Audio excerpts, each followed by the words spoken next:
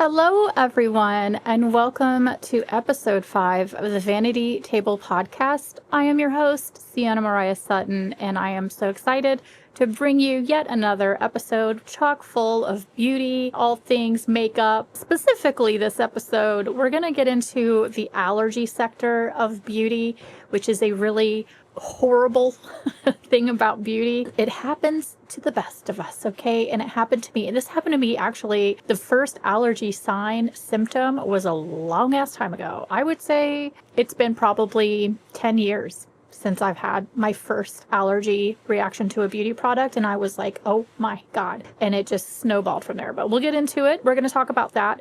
But first, I want to have my little beauty chats with you guys because things always happen throughout the week that I really have to say something. With that said, buckle up, buttercup. Do I have a tagline now? Let's get into it.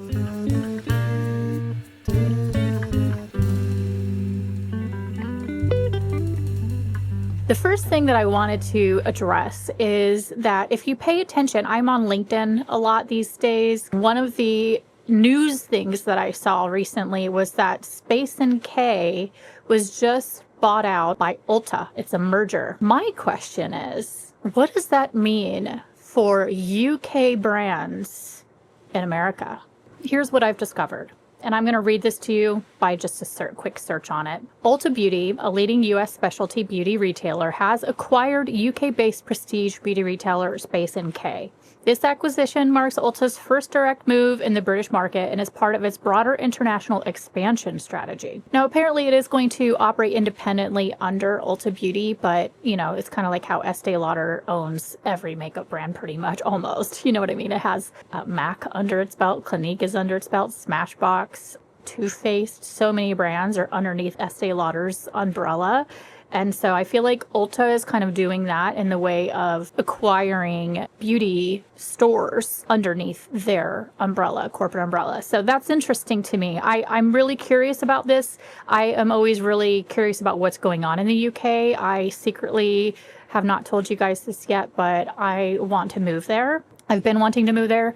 When I was 18 years old, I actually almost went to London for school, for college, for fashion. I applied and everything. I had a call I was supposed to have with somebody, and then we had some things happen in my family dynamic, and also I had anxiety about leaving. I was scared. So there's a few factors as to why I didn't go. Big regret. One of my biggest regrets, I wish I had done it because then I would have all that experience of living abroad under my belt. But I would like to spend at least like a few years in the UK. So we'll see if I can make that happen, but we've got to secure everything first. And just know that it's in like my mind. It's interesting to think that like by the time I'm out there, is Ulta going to be out there? Will that all be out there? Because that's a world I know very well. I saw mixed reviews from people about it though. A lot of anybody who's like a really big fan of Space NK, they don't love it. They don't love the idea of it. They feel like, you know, a very curated, very intentional, beautifully put together, classy store, and that they're afraid Ulta is going to kill that vibe. I get that. If you want to know more about like what people are saying, of course, do your research and find out more about how people are responding to this. But there's always going to be someone who is going to not like newness and change. And, you know, I'm sure that America isn't everybody's favorite right now. Wonder why. Yeah, it has been acquired. Space NK. Now, the first thing I thought of is because I am a huge fan of Jamie Genevieve. With this new merger, because I know that Vive is sold in Space NK, so it made me wonder, does that mean that we'll now have Vive available in Ulta's here? I'm thinking it might. Remember when I told you that I feel like Ulta is a little bit more relaxed, more of a relaxed atmosphere and vibe than, say, if you go to Sephora? Just the energy is different. I really like the energy of Ulta. I've always preferred it. They're both fine. They're both great. But working in both, I always preferred Ulta. I felt like more free to be myself there. I just have a strong feeling that we will be seeing Vive Cosmetics in America soon. That news would obviously be announced if that's ready to be announced, if that's what it is. But wouldn't it be great to just be able to run down to Ulta and grab your powder, which is what I have on today, my lip powder. And then I have on tons of Vive products because I just had placed an order recently and got tons of great new stuff from them. My mascara. Anyway, I won't go on. But I love the brand, and I just love Jamie and what she's doing. And I just applied to the pro program. Now, I don't know if they want people to just like everybody go apply, but I do know they have a pro program now. Anytime I have a brand that I love and I use a lot, I try to see if they have a pro program because I want to save money. And if I'm going to stock my kit with their product, it would really help if I could save a little bit of money on that. So I did apply, I was approved, and I get, I think, 30% off. And then also masterclasses. I get so excited about masterclasses because you never want to stop learning. I say that all the time. Never stop learning. Always keep taking classes and keep upping your game because new products are coming out, new techniques are happening, new trends are happening. These beauty brands have entire teams to figure all that stuff out for you. If you're just a pro makeup artist solo doing this on your own, you don't have a whole team of people telling you what's going on. So I don't get all that information. So I love when they offer master classes. So I signed up for their next one. So that's one of the big newsy things that I wanted to share was the merger with Space NK and Ulta. For those of you who are tapped into the beauty industry, you'll know my references to all of that. Another thing that I really, really wanted to mention is, are we watching Drag Race? Are we watching Drag Race All-Stars?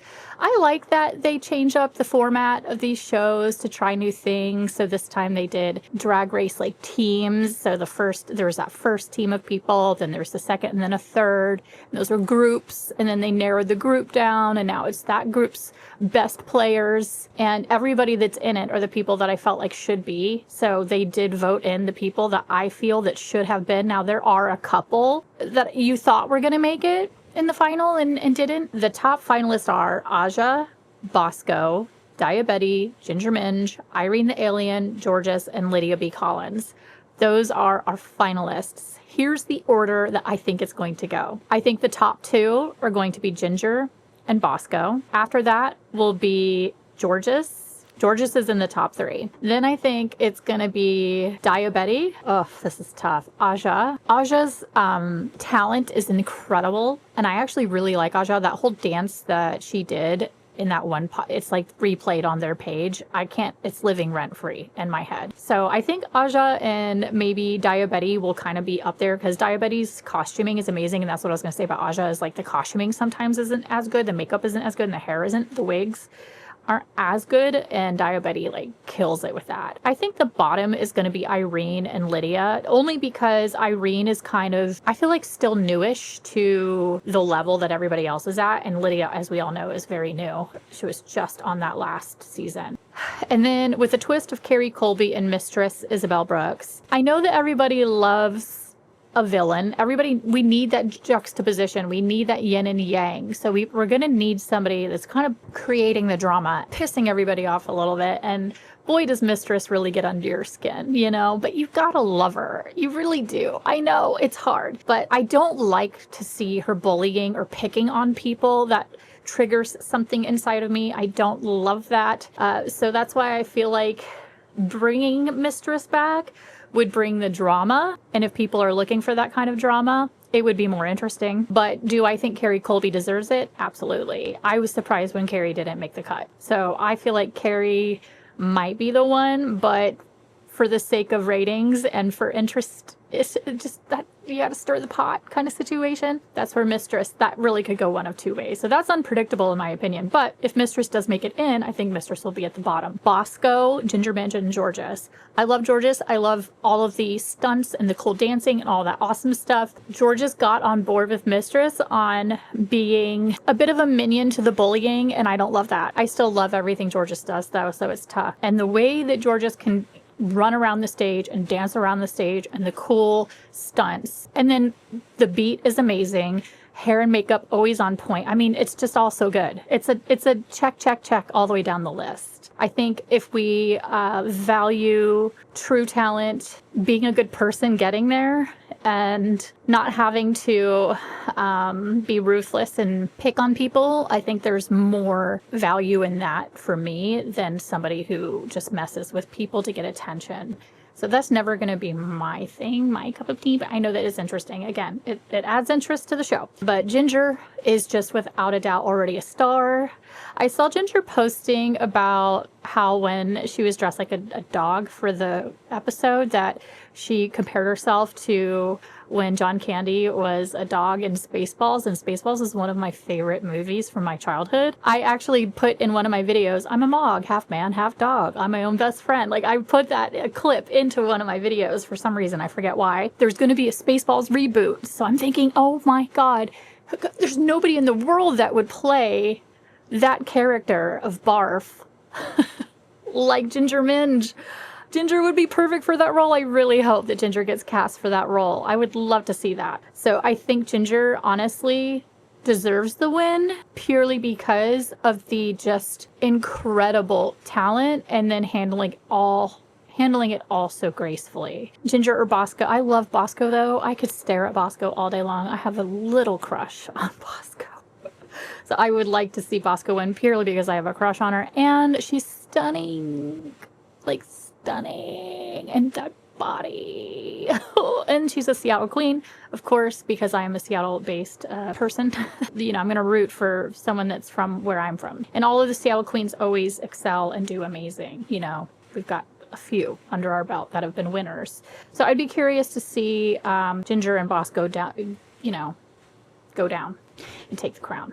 But George's is going to be up there too. So that's my whole Drag Race chats, and I watch it for the hair and the makeup and the clothing. I watch it for the inspiration. I love watching them doing their makeup and just how they pull together a look. And also, I think most of pop culture gets their mannerisms, their quotes, their sayings, clapping with your fingers like this. If you're listening, I'm doing the little thumb and pointer finger clap that people do. Love it because you've got those long ass nails. It's like click, click, click. Yeah, we get a lot of our stuff from Drag Race. More things than you would ever know. All right, well, let's get into this allergy chat because I've got a lot to say and I've already chatted way too much. The first thing is I actually did an allergy video ages ago when I first had this reaction, and it was to a Bite Beauty agave lip mask. That was back when Bite Beauty was not using vegan, completely vegan, no animal anything in their products. All of the influence, this was back when YouTube also was really popular. So like in the beauty world, it was like taken off, you know, Jaclyn Hill, Jeffree Star, all that was going on. That's when some influencers were all talking about that lip mask and how it's the best of the best of the best. So I had to get it, of course. And I use it, you know, before I do my makeup, or even just would have it on as like a treatment during the day when I had nothing else on, when I'm just hanging out at my house. I wouldn't like wear it out and about, but I was constantly putting it on because it smelled really good and it felt amazing. It really did. And I didn't know that I had any sort of allergy to anything in the product. Obviously, I didn't have any allergies to anything at all at that point in my life. I will link the video of the allergy. I was so like new to YouTube when I started doing that. So this is an old video, but I left it up because the comment section blew up. Like people were like, oh my God, this happened to me. Thank you for sharing this. I couldn't figure out what it was. So I kept using the mask because the thing is, I don't know how you get addicted to it. It's a bizarre, it should be a study. There should be people studying how you get sucked in to continuing to apply the product over and over again because your lips start to feel drier and you think, oh, well, I must just be having that's back when I drank too. So I would get chapped lips a lot more because I drank and I was dehydrated. And so I would constantly be putting this mask on to feel better, not knowing that the mask is what's causing this reaction, this allergy, and the allergy reaction is dryness and chapped lips. So you keep using the mask. The reason why I know that I'm not crazy and that continued on is not only because of the comments that I got on that YouTube video. My dear friend who just came to visit me for a while, I saw her doing it. I saw she had a mask, a lip mask, a chapstick treatment, whatever, that she continued to put on. And I was even looking at her like, oh my gosh, she's like addicted to that stuff. She was putting it on constantly, almost like a tick, like you couldn't stop. And I get it because I've been there. And I saw her doing it and I didn't say anything the first day. And I think it was like partway into the second day that I said, can I see your lip product? And I looked at it and I looked at the ingredient, and that is where I saw it clear as day. The very first ingredient, lanolin. Lanolin is a secretion of a oil based in lamb's wool. So it's that oil, and it's in a lot of stuff. They use lanolin in products for women who are breastfeeding. If they need to like soothe the nipple area from being chafed, it's in a lot of lip products. It's in some dental things, I think. It's everywhere. It's everywhere.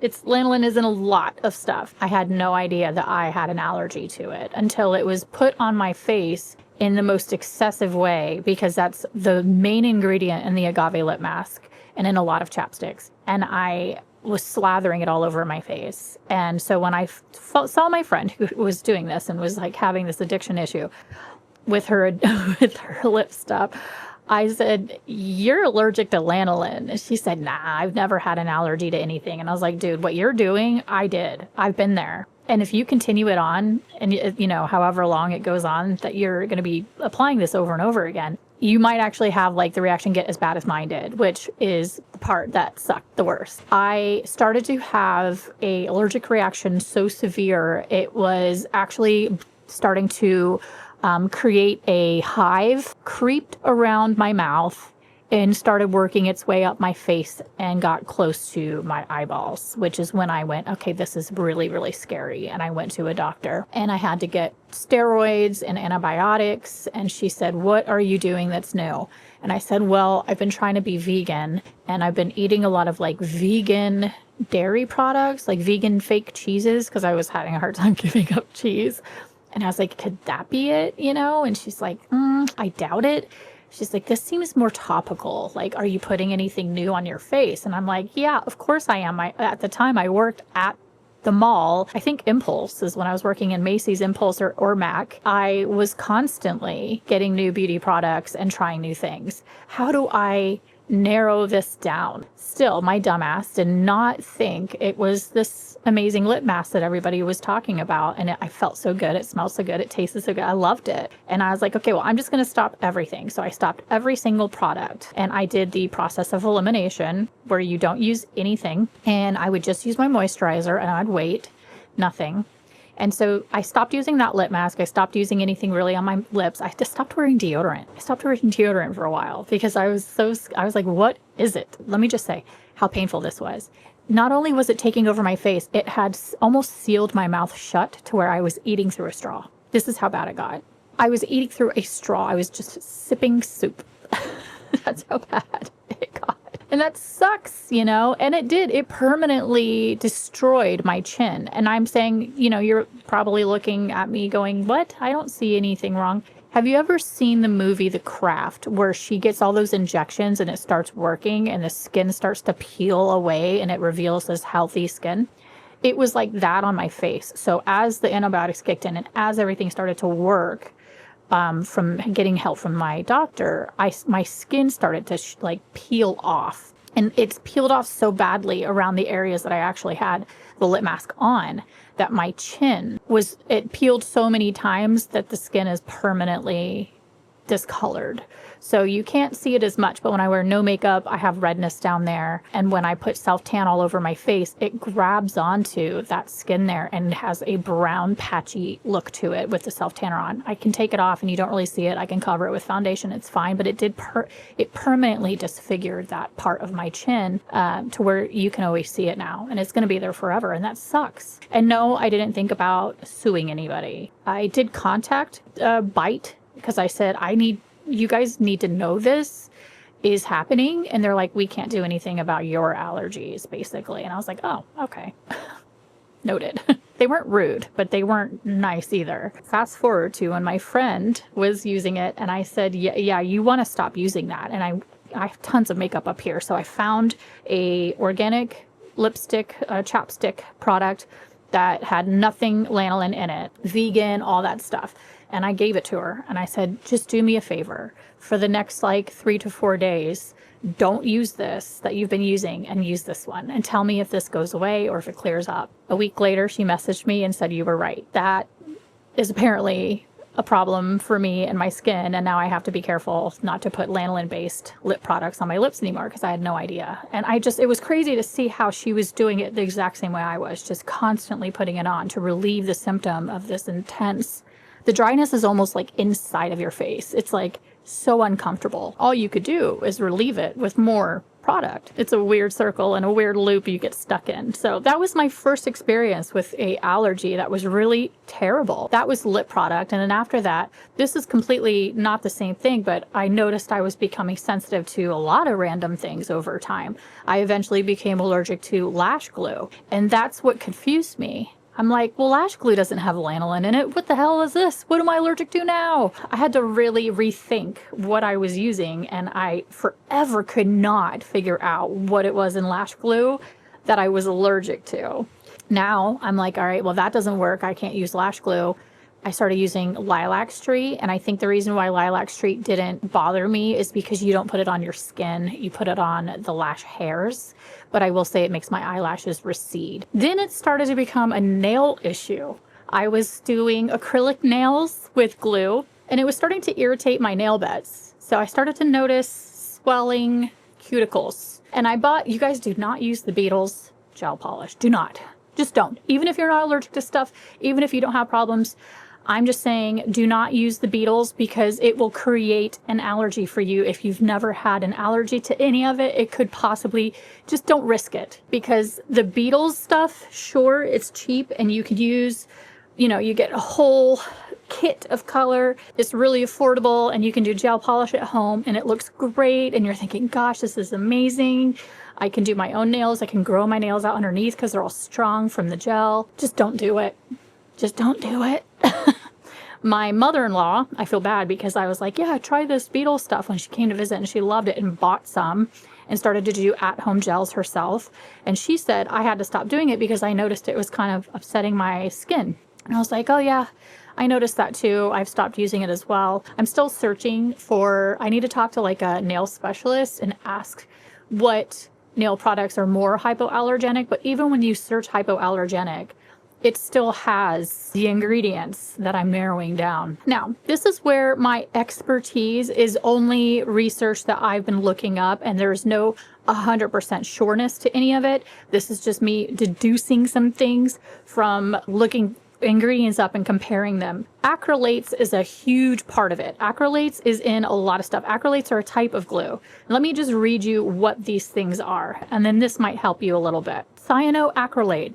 It's a bonding agent, and it creates a strong, fast-drying bond with natural lashes as well as nail glues and gels. So acrylates in general are in a lot of nail glues and lashes. Formaldehyde as well, latex as well. But I think my main thing that I'm allergic to and have an issue with is the cyanoacrylates. It's a super glue. You guys, we're putting super glue on ourselves. It's super glue, and then we have to dip our hands and soak it in acetone to get the stuff to come off. It's cuckoo land what we will do to ourselves. But it's like all for beauty, in the name of beauty, right? Not me anymore. This is not me anymore. This is not the CN I am anymore. I look at these ingredients, I'm like, dear God. Because super glue or crazy glue, let me read you what cyanoacrylates are. A family of strong, fast-acting adhesives commonly known as super glue or crazy glue. They are used in various applications, including industrial manufacturing, medical procedures, and household repairs. So it's the same thing that we're gluing our houses together with is what we're gluing onto our eyelids. Cyanoacrylates are a group of acrylic esters that are known for their quick bonding properties. But I do know in the medical field, it says that it could be used to stop bleeding, close wounds, and in some cases, even replace stitches. That is the type of glue that we're talking about here. And I even found that the press-on nail stickers that I was using even just a week ago is also something I cannot use because in those nail stickers, ingredients. Let's see what the very first thing that pops up is. Oh, what do you know? Acrylates. So they're in those adhesive stickers too. I was thinking, oh, well, I'll just go the easy route and wear the stickers and that won't be that bad. It's a glue. It's there to hold things together onto your skin, onto your body in some way. It's going to have that in there. And I cannot wear that anymore. I just cannot. If you go to Reddit forums, people talking about, I now have an issue. I even saw one girl say, ever since I used Beetles gel, I cannot do anything on my nails. It's ruined me from being able to have nail extensions in any way, which is probably a blessing in disguise because we probably really shouldn't be. But I'm not going to sit here and tell people to not have nail extensions and do these fun things with their nails. It's just, you got to consider these ingredients, especially if your skin is becoming sensitive to all of these really wild products. Methyl acrylate free press-on glue. Somebody's asking in this Reddit forum, and one person said, I'm sorry, but there's nothing. Nail specialists are chiming in and saying, you could try this, you can try that. One girl saying I'd put nail polish on first and then I put the glue on top of that. But I'm just like, y'all, I think I'm done. I don't think I can.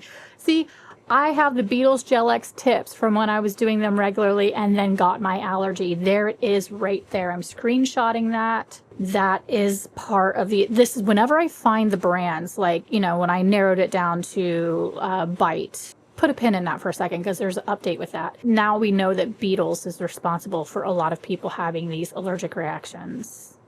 Everyone I know. We have to stop using it, you guys. Now we go to people wondering, how do I get HEMA without hydroxyethanol methyl acrylate HEMA? So you'll see HEMA-free nail products. But I found some that are supposed to be HEMA-free still have acrylate. So I'm really confused how that works. Will I try a HEMA-free gel? Maybe, to see if it does anything. But there's nothing worse than doing all of this, putting all of this on your body and it just pissing it off. Like, it's just the worst.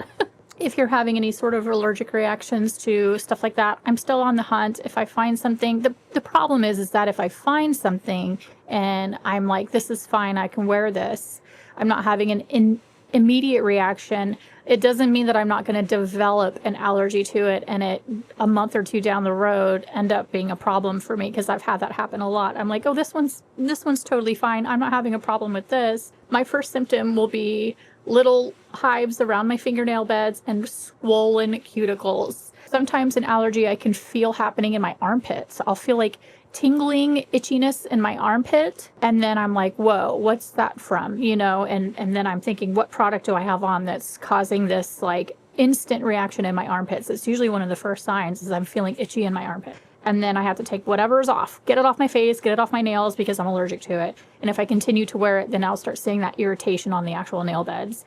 I think the reason why I freaking broke my pinky is because whatever was going on with that gel that I was using at that time, and I'm so sorry if some of you guys went out and got it because you're like, yay, if you didn't have an allergy to it, great. Don't use Beetles and I think you'll be fine, because Beetles is the reason why I'm allergic to all this stuff. But I think that it caused my nail bed to recede and be weird, that when I hit it at just the right pressure point, that's what made my entire pinky nail pop off. Because look at my thumbnail. You can't really see it because I just painted some glitter, but you see how it's cut? You guys can't see this if you're driving or listening to this, but this nail split. My thumbnail, I'll describe it to you. My thumbnail, I noticed a bubbling at the cuticle and it created a bubble underneath my nail bed. I'm like, oh, that's weird. I've never seen that before. And this was back when I was still putting the, I was using a product. Who knows? And I noticed that and I thought, oh, I must have stubbed it. And I thought and it looked kind of bruised. So I thought, oh, I probably like somehow stubbed it, didn't think about it, whatever. I'm clumsy. And then I saw it growing out and then it just like separated down the center like a split tree, a completely exposed nail bed underneath. That is it. I have another injury on my nail. It's growing out, but this has been, I don't know if you noticed in my last couple of vlogs, I had a Band-Aid on my thumb because I have a split nail. And this is from using these nail extension glues. I was like, I'm going to stop wearing the gels again and let my nails heal. I'm just going to do press-ons for a little while. The reason why I'm so invested in finding whatever works for my nails is because I am a chewer and a picker. I have like a nervous habit where I can't, especially if it's dry, I can't stop picking and messing with my nail beds.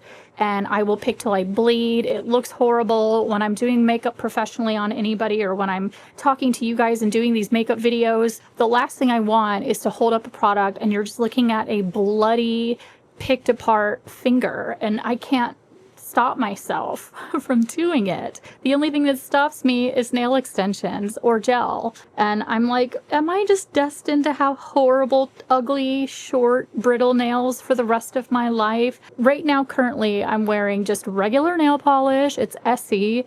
And then I have on a nail keratin treatment underneath it to help heal my nails because they've been through hell with these gels I've been wearing for months and months and months. months. I noticed even like my ring finger was starting to recede back underneath the nail. It was creepy, dude. I was like, what is that? What is going on? It was freaking me the frick out. It was so gross. So I'm getting my nails back to a healthy place with just basic ass nail polish. And I just got to try to remember, I don't know if I need to get hypnotized, like to stop. Something that helps is keeping them nourished and hydrated. I notice if they're really healthy and not dry around the cuticle, I don't pick as bad. So that's something too, is just having cuticle oil and moisturizers everywhere I turn. So on my table up here and then downstairs and next to my bed, and I'm just constantly applying stuff to keep hydrated so that I'm less likely to pick. But it's just a tough one, isn't it? It's a tough one. So if you're somebody who's dealing with all of these allergies, I am so, so sorry. I was going to say a little thing quickly about that bite situation. I was working at Sephora for Smashbox. This was all before the pandemic. And I was friends with a lot of the representatives that worked for a lot of these other companies. One of the gals who worked for Bite at the time said, you're going to notice the gondola is going to get weird and change over time coming up here soon. And I was like, really? Because I told her about my reaction. And she said, the ingredients are all getting reformulated. And would you know it? I was working at a Sephora. I look over at the Bite gondola and everything was gone. The entire thing was gone. They took all of that down and they reformulated all of it. Let's look up the Bite Agave lip mask now and see what's in it. It went out of business. Oh, now it's Lip Lab? Let's see what Lip Lab has in their mask. We're doing a little bit of research here. Agave nighttime lip therapy. And they say vegan, cruelty-free, all that. So let's see. That's got to be the Agave night lip mask from Bite. It's the same one. Agave nectar. Ooh, I bet it's good. Jojoba, sunflower, and safflower seeds. Castor oil. Sunflower, safflower, jojoba. I do have to, whenever I use a mask now, I have to make sure there's no lanolin in it. I really do think that like the result is so many, because when I did the video, so many people in the comments said the same thing. Let me read you some of the comments of what people said on that video. I'm glad I found this. I used a sample of that lip mask and it's blown my whole face up. I know this video is old, but I'm glad you posted it. I got this in a birthday gift from Sephora. I realized it was a lip balm. I had dry sores. I've wondered what the hell has messed up my lips for 2 months now. They're swollen, irritated, blisters, painful, and itchy. Thank you for sharing. I am sensitive to wool, not all wool, but wool-based products. It makes me wonder how many of us are out there, and if there's any lanolin-free makeup chapstick, you would think someone would make a list or a website or something telling us what doesn't have lanolin. That's not a bad idea, actually.